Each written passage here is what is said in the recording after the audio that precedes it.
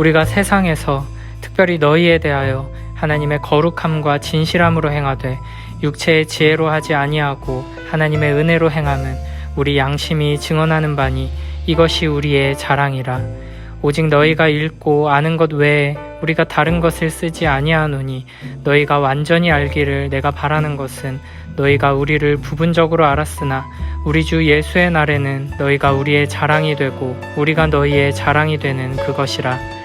내가 이 확신을 가지고 너희로 2번 은혜를 얻게 하기 위하여 먼저 너희에게 이르렀다가 너희를 지나 마게도냐로 갔다가 다시 마게도냐에서 너희에게 가서 너희의 도움으로 유대로 가기를 계획하였으니 이렇게 계획할 때에 어찌 경솔이하였으리요. 혹 계획하기를 육체를 따라 계획하여 예 하면서 아니라 하는 일이 내게 있겠느냐. 하나님은 미쁘시니라. 우리가 너희에게 한 말은 예하고 아니라 함이 없노라.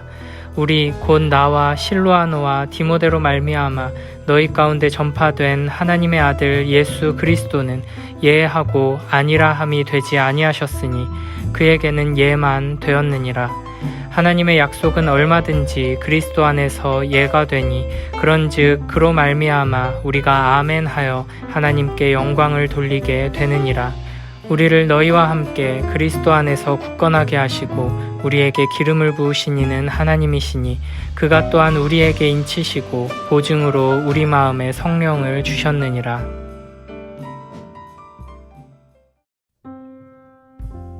지금 고린도 교회는 고린도전서 이후에 보냈던 눈물의 편지를 통해 회개하며 회복된 상황입니다. 그러나 얼마 지나지 않아 거짓 선지자들이 들어와 교회를 흔들고 혼란스럽게 했습니다. 그들은 여러 가지 이유를 들어 바울이 참된 사도가 아니라고 공격하며 비난했습니다. 특히 바울이 여러 가지 고난과 어려움을 당하는 모습을 지적했습니다. 이 때문에 바울은 편지를 시작하며 이 모든 환난을 통해 하나님께서 자신에게 위로를 주시고 영적인 유익을 누리게 하셨으며 뿐만 아니라 이 고난을 통해 우리 모두에게 큰 은혜와 위로를 주시고 교회를 세우는 데 사용하신다고 고백했습니다. 거짓 선지자들은 바울이 그리스의 웅변가들처럼 탁월한 말솜씨가 없다는 것을 지적하며 바울을 공격하기도 하고 그가 참 사도의 자격이 없기에 사역비를 받지 않는다고 말하기도 했습니다. 심지어 그가 예루살렘 교회에 연보를 보내기 위해 힘쓰는 이유에 대해서도 의심했습니다. 바울은 인간적인 권위를 내세우며 자랑하지 않았지만 오히려 이런 바울의 태도가 참된 사도의 권위가 없는 자로 공격받는 이유가 된 것입니다. 이렇게 거짓 사도들과 그들의 주장에 동조하는 사람들은 바울이 매우 이중적인 사람이라고 비난했습니다. 특히 그가 고린도에 방문했다가 문제를 해결하지 못하고 돌아가면서 곧 다시 오겠다고 말했으나 다시 오지 않은 것을 두고 그는 말을 해놓고 지키지 않고 이랬다 저랬다 하는 믿을 수 없는 사람이라고 비난했습니다. 오늘 본문은 이에 대해 바울이 자신을 변호하는 내용입니다. 12절에서 바울은 이렇게 말합니다. 우리가 세상에서 특별히 너희에 대하여 하나님의 거룩함과 진실함으로 행하되 육체의 지혜로 하지 아니하고 하나님의 은혜로 행함은 우리 양심이 증언하는 바니 이것이 우리의 자랑이라. 바울은 이렇게 말하는 것입니다. 거짓 사도들은 자신의 말솜씨를 세상의 기준에서 탁월한 능력들을 자랑하며 뽐내는 방식으로 자신의 권위를 세우지만 나와 디모데가 우리들이 자랑하는 것은 우리가 무슨 일을 하든지 육체의 지혜로 하지 않고 하나님의 은혜로 행한다는 것입니다. 우리의 양심을 걸고 말하건대 우리는 하나님의 거룩함과 진실함으로 행하는 사람들입니다.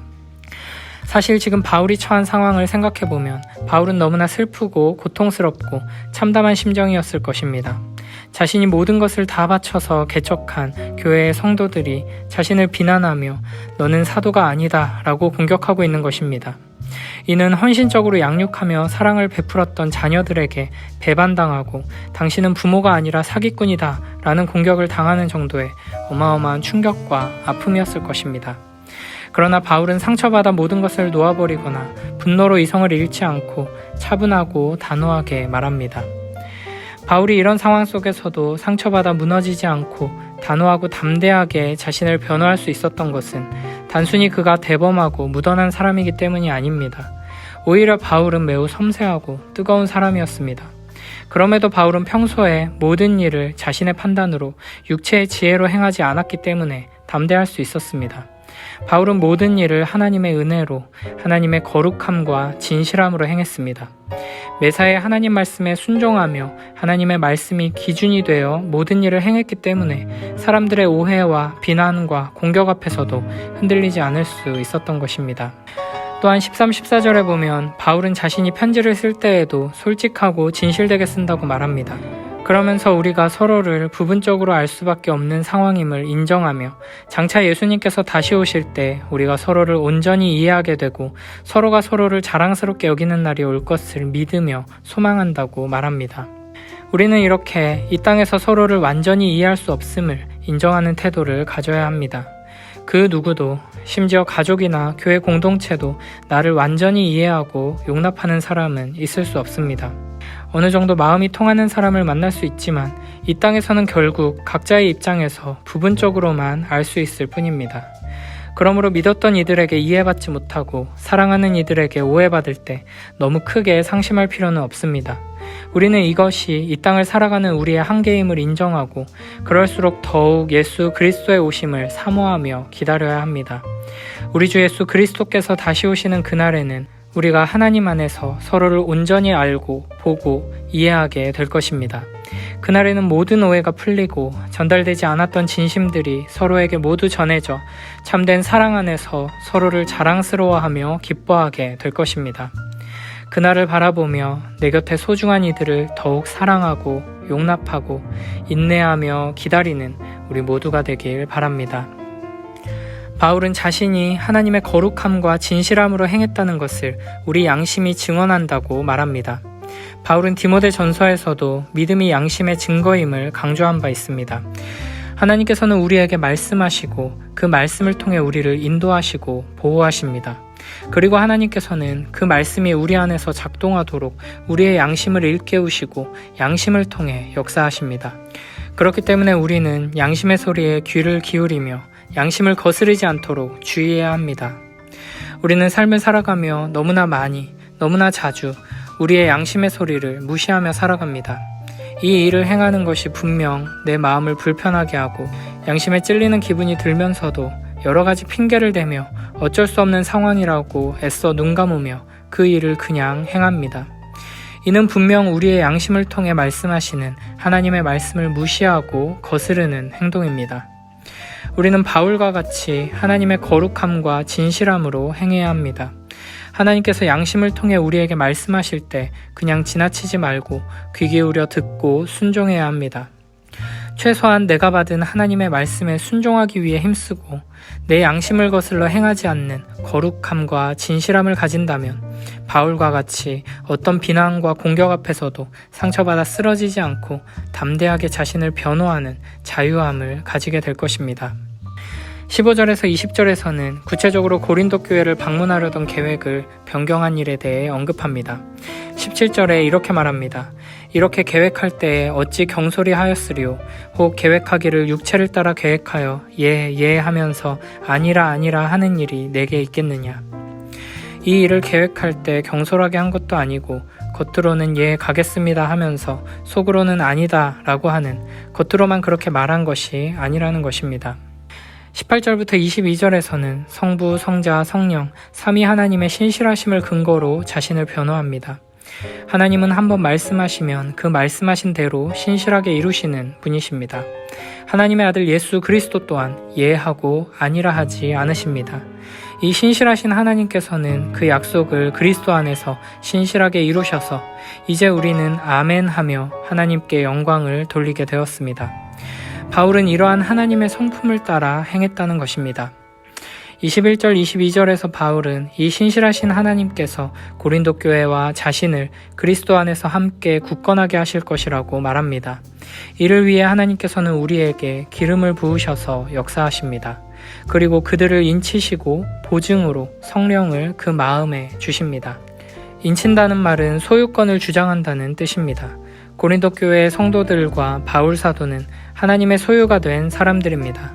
그렇기 때문에 지금은 서로 오해 가운데 흔들리고 있더라도 마침내 하나님께서는 그분의 뜻을 온전히 이루시고 우리를 통해 합당한 영광을 받으실 것입니다. 바울은 지금 이 확신 가운데 모두 함께 한 성령 안에서 한 마음을 품고 하나가 되자고 초청하고 있는 것입니다. 바울은 자신의 모든 행동이 거룩하고 진실한 것임을 변호하기 위해 삼위 하나님의 구원 사역을 언급하며 삼위 하나님의 진실하심을 근거로 들고 있습니다. 삼위 하나님의 구원 사역은 성부 하나님께서 시작하시고 예수 그리스도께서 수행하시고 성령 하나님께서 보증하시는 사역이었습니다. 그리고 바울은 자신이 이 하나님의 구원 역사에 동참하고 있다는 것을 확신하고 있습니다. 그래서 고린도 교회 성도들이 하나님의 은혜 안에서 회복되어 성령의 인도하심을 받으면 이 모든 오해가 풀리고 화해하여 하나됨을 누리게 될 것을 믿고 있는 것입니다. 바울이 이토록 적극적으로 자신에 대한 오해들에 대해 해명하는 이유는 자신이 전한 복음이 의심받고 오해한 사람들이 진리를 떠나게 될 것을 걱정했기 때문입니다. 실제로 많은 사역자들과 그리스도인들의 말과 행동이 다르고 겉과 속이 다른 모습 때문에 많은 이들이 복음을 오해하고 또 많은 이들이 실족하는 안타까운 모습을 보게 됩니다. 우리는 우리의 삶이 하나님의 구원 역사의 한 부분으로 귀하게 쓰임받고 있다는 것을 항상 기억해야 합니다.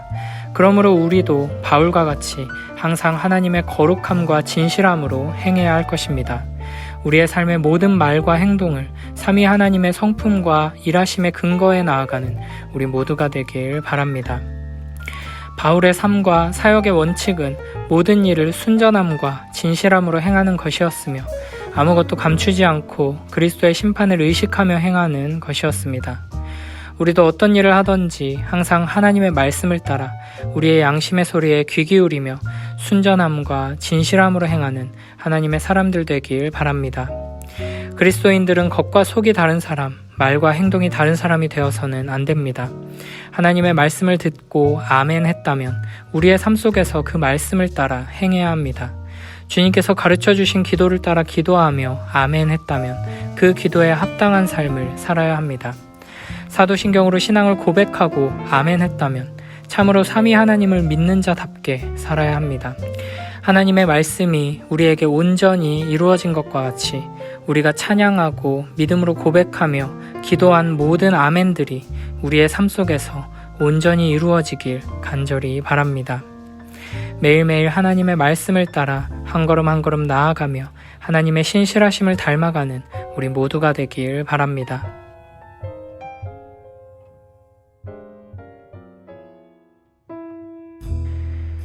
우리의 자랑은 이것입니다. 이에 대해서는 우리의 양심이 증언합니다. 우리는 하나님께로부터 오는 정직함과 성실함으로 세상의 지혜가 아니라 하나님의 은혜를 따라 세상에서 처신하였습니다. 특히 여러분을 대할 때는 더욱 그러했습니다. 우리는 여러분이 읽고 이해할 수 없는 것은 쓰지 않았습니다.